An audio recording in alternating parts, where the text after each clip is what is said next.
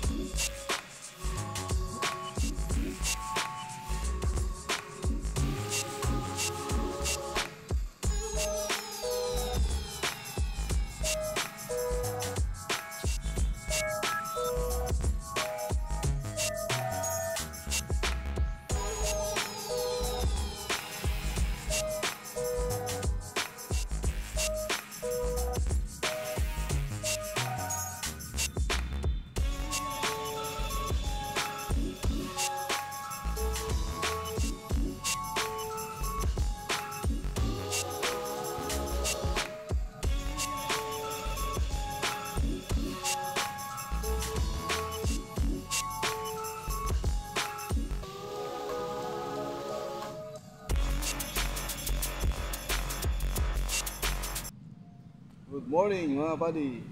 Huwa. Nandito tayo buddy sa Rotunda. Kaya pag-usapan natin buddy yung nangyari ngayon sa Los Angeles, Los Angeles, California, USA. Kaya yung wildfire, kung dakong sunog buddy sa California.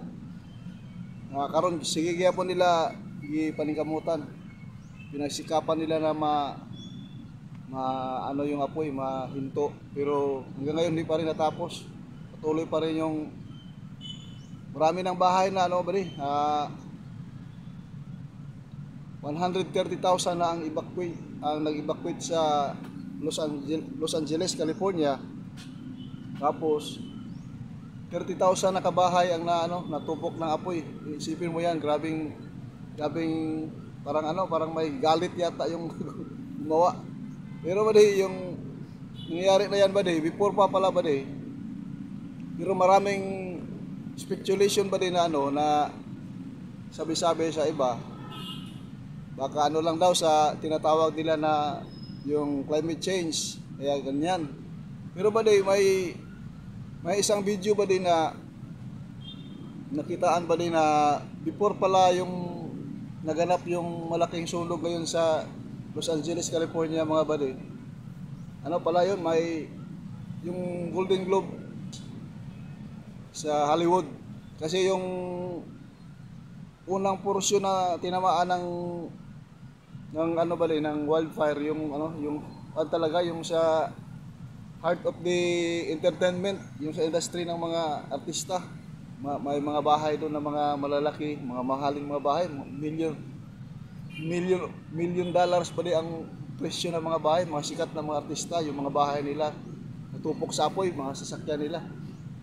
Kaya marami ngayon doon walang mga bahay na, yung mga sikat na mga artista. Yeah, before pa pala yung Golden Globe Award, January 5 pala yun nangyari doon sa Amerika. Ipakita ko yung video para malaman nyo kung baka ito yung isang dahilan. Baka ito yung isang dahilan na nagsimula yung sunog. Isang bagay daw na nakita nila na baka sa galit ng Diyos nangyayari yung mga ganyan ng mga pangyayari. Kaya hindi natin alam kung ano talaga yung simula Kasi ang balita ba sa sabi-sabi doon, yung malakas na hangin galing ng Pacific Ocean, yung yung hangin, malakas na hangin ba papunta doon sa California. Tapos may lumabas na apoy. Tapos hindi nila ma-determine ba kung saan nagsimula.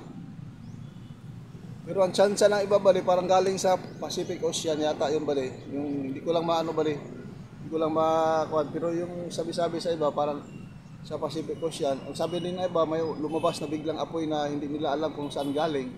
Kaya yun, umawak yung apoy ba isipin mo ba 5 pizza city ng ng January, na ngayon ba 13. Patuloy pa rin yung pag-apula nila sa apoy ba may mga fireman na namatay, may mga tao na namatay, may mga missing. Kaya grabe yung trahedya ngayon ba yung sa nangyari sa Los Angeles, California. At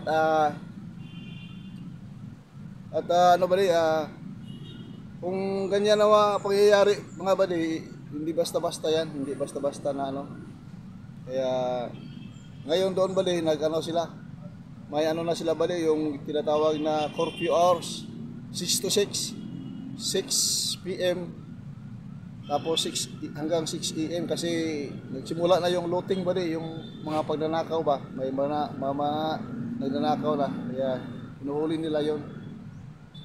At isang bagay yan ba na sa atin mga tao ba huwag natin biro-biruin yung pangalan ng Diyos. Kaya isipin mo ba yung pinakita nila na sa loob ng nila, sa activity nila. Ang Diyos, zero shout out ang Diyos. Pero yung mga tao, ibang mga sikat, may shout out, ang Diyos wala. Kaya akin lang ba baka yun ang isang dahilan kaya nagalit ang mahal na Panginoon. Kaya tandaan nyo ba yung Titanic na barko? Titanic na barko ba na na nalunod yun sa parting Europe. Kasi ang sabi pala doon ba yung history ng Titanic na barko, pagkatapos ng ginawa yun, yung may-ari ba na kalimutan ko yung pangalan ng may-ari, nagsabi siya ba na itong barko ito ang pinakamalaking barko sa buong mundo. At kahit ang Diyos, sabi niya, kahit ang Diyos hindi niya kayang palubugin ang barkong ito. Kaya ba yun? Pagkatapos doon ba naglayag yung barko, yung Titanic, first talaga ba na niya, first selling talaga niya ba paglayag niya ba nangyari yung na nabundol nila yung yung iceberg ba yung ice na malaki ba na na hindi nila nakita ba na daanan nila. Yun, nabutas yung yung barko, tapos lumubog. Kaya yan ba ang ingatan dapat ng mga tao. Huwag mo isipin na sikat ka, tapos may ka na, pangalan ka na ilala ka na sa buong mundo, mayaman ka na, marami ka ng pera, at biro-biroin mo yung Diyos ba Kaya hindi pwede yun sa mahal na Panginoon. Kaya sabi ng Bible ba sa Galatians chapter 6 verse 7, be not deceived, God is not mocked.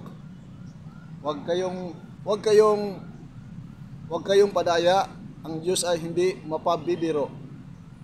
Sapagkat anuman ang ihasik ng tao ay siya rin kanyang aanihin.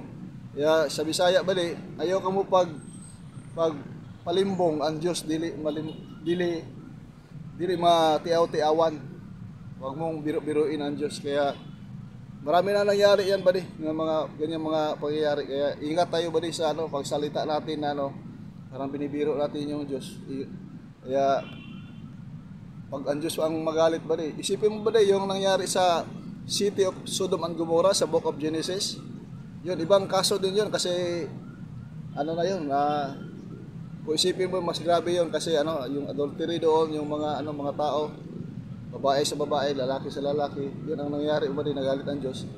Pinadala ng Diyos ng apoy at saka asupre. Sunog yung city ba dalawang syudad yun. Tupok. Hanggang ngayon ba doon sa Israel, yung city of Gomorrah, kahit anong itanim mo ba di, walang tumutubo na ano, na mga tanim, kahit damo, walang tumutubo. Kaya ganyan pag magalit ang Diyos. Kaya aral sa atin yan mga badi, yung ano, na wag nating gawing biro-biro yung pangalan ng Diyos. Kaya pag ang Diyos po magalit badi, delikado ang buhay mo. Kaya ang content na ito badi, topic natin ito, kasi yung ano, yung malakas ngayon sa ano, sa balita. Kaya sabi ng iba, baka daw sa climate change. Pero before pa pala yun ba di, may ginawa na pala yung mga tao na parang ganun ba di yung nangyari na ano sa Golden Globe Awards na zero shout out ang mahal na Panginoon. Kaya nagalit po ang Diyos ba di.